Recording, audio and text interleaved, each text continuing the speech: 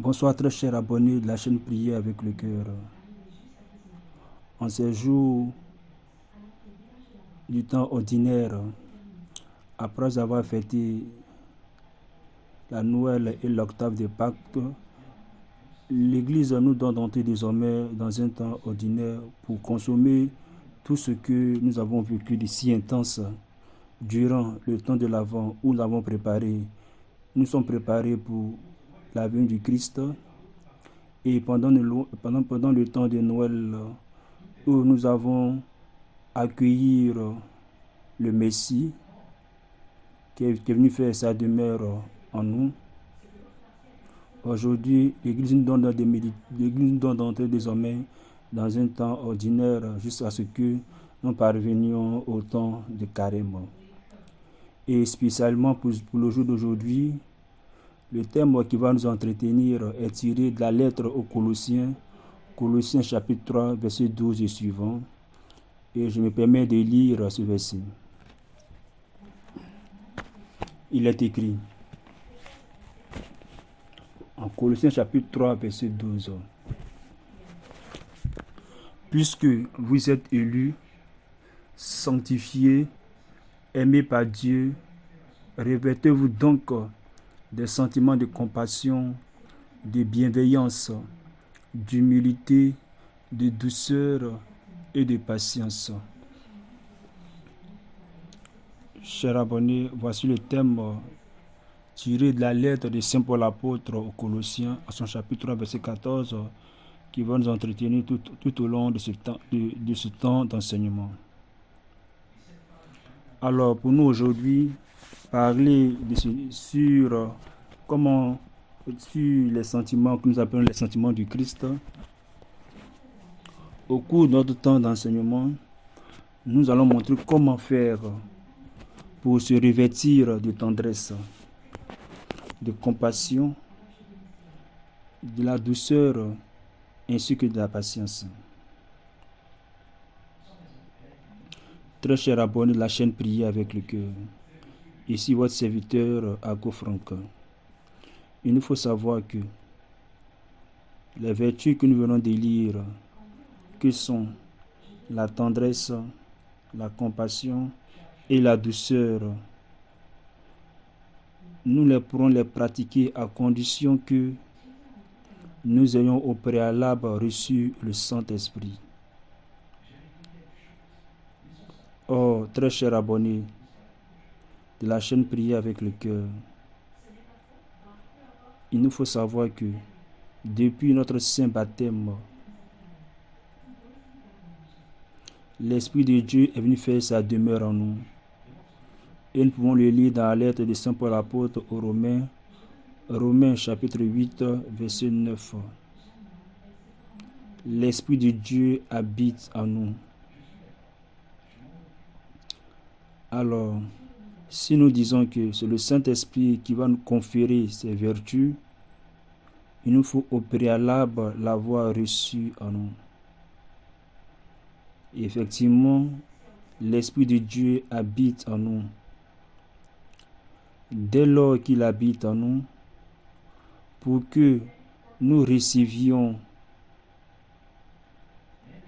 de lui la tendresse, la compassion et la douceur, il nous faut tout simplement permettre à ce que le Saint-Esprit qui est en nous puisse œuvrer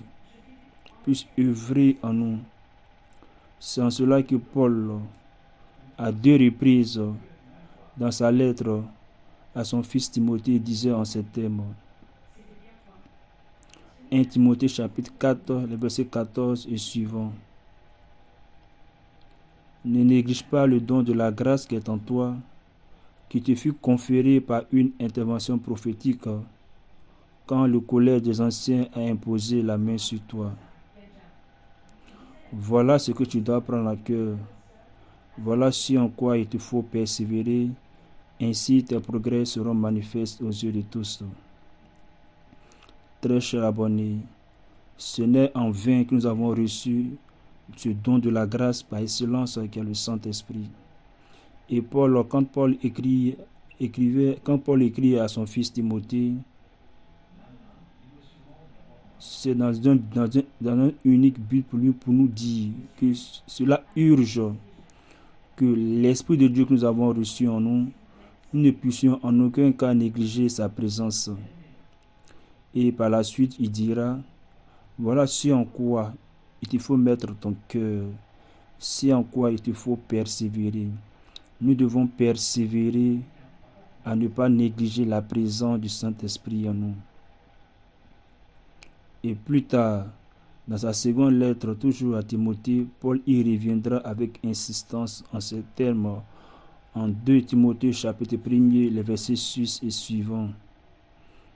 Paul dira, voilà pourquoi je te rappelle d'avoir à raviver le don de Dieu qui est en toi depuis que je t'ai imposé les mains. Paul insiste encore et il revient encore sur ces mots en lui disant, voilà pourquoi je te rappelle de raviver le don de Dieu qui est en toi. Très cher abonné, pour que nous aussi, nous puissions laisser le Saint-Esprit opérer en nous, il nous faut au préalable ne pas négliger sa présence en nous, mais plus mieux encore, raviver cette présence du Saint-Esprit en nous. De sorte à ce que, une fois que l'Esprit de Dieu est éveillé en nous, lui-même, il puisse nous conférer ces sentiments que sont les sentiments de compassion, de douceur, de tendresse, de patience. Oh, cher abonné, donc tout notre agir chrétien désormais revient à permettre à ce que l'Esprit de Dieu agisse en nous. Autrement dit, que le Saint-Esprit qui est en nous puisse jaillir en nous, de sorte à ce que nous puissions parvenir à pratiquer tous ces sentiments qu'on appelle encore les sentiments du Christ. Oh, cher abonné, pour que nous puissions arriver là, il nous faut tout simplement arriver à creuser notre cœur, à le creuser en allant en profondeur, pour que le Saint-Esprit jaillisse du fond de nous, du fond de notre cœur. Il nous faut tout simplement que nous parvenions à creuser notre cœur, à le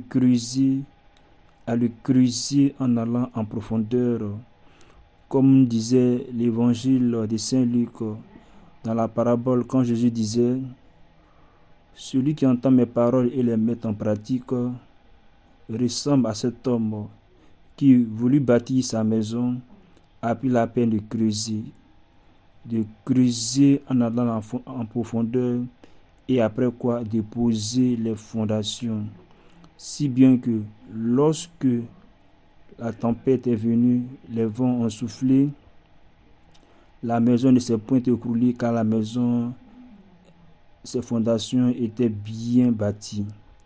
Il en est de même aussi pour nous, pour que, à l'image de cet homme qui a creusé sa maison et a creusé en profondeur, nous aussi, pour que l'Esprit de Dieu qui est enfoui au fond de notre cœur puisse jaillir de notre cœur. Il nous faut tout simplement lui frayer un chemin dans notre cœur. Il nous faut tout simplement lui frayer un chemin dans notre cœur. Et pour y arriver, ce dont l'unique nécessaire que nous avons besoin à faire, c'est de creuser notre cœur, de le creuser et de le creuser en allant en profondeur. C'est en cela que la prière avec le cœur prend tout son sens. Très chers abonnés de la chaîne Prier avec le cœur, pour que nous parvenions à creuser notre cœur, à le creuser et à le creuser en allant en profondeur, il nous faudra prier. Et prier avec le cœur.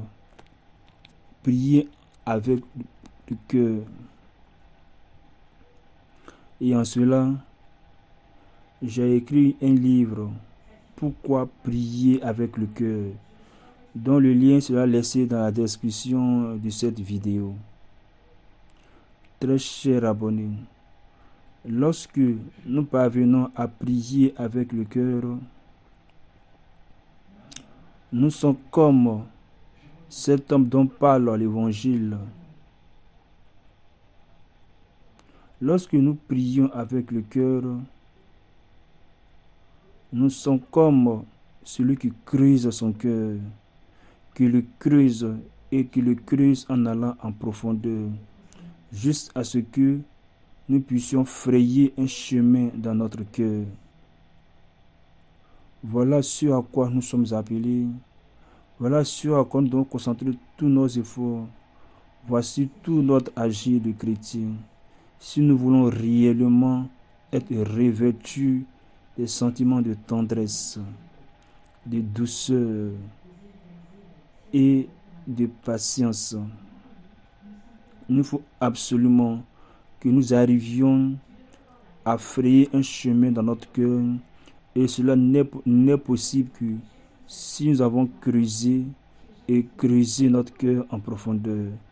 Et l'un des moyens pour y arriver est la prière avec le cœur. Lorsque nous prions avec le cœur, alors nous y arriverons à entrer dans la profondeur de notre cœur où se trouvent les fleuves d'eau vive du Saint-Esprit, pour que celles-ci jaillissent du fond de notre cœur et que nous soyons revêtus du Saint-Esprit. C'est lorsque nous sommes revêtus de cette eau qui est enfouie au fond de nous, c'est alors que nous pourrons désormais pratiquer la douceur, la tendresse, la compassion et la patience. C'est en cela que Jésus pouvait dire dans l'Évangile, ceux qui croient en moi, en Jean chapitre 7, versets 37 à 39, ceux qui croient en moi, des fleuves d'eau vive jailliront de son sein. Et l'Évangile d'ajouter qui parlait ainsi de l'esprit que devaient recevoir ceux qui croiraient en lui.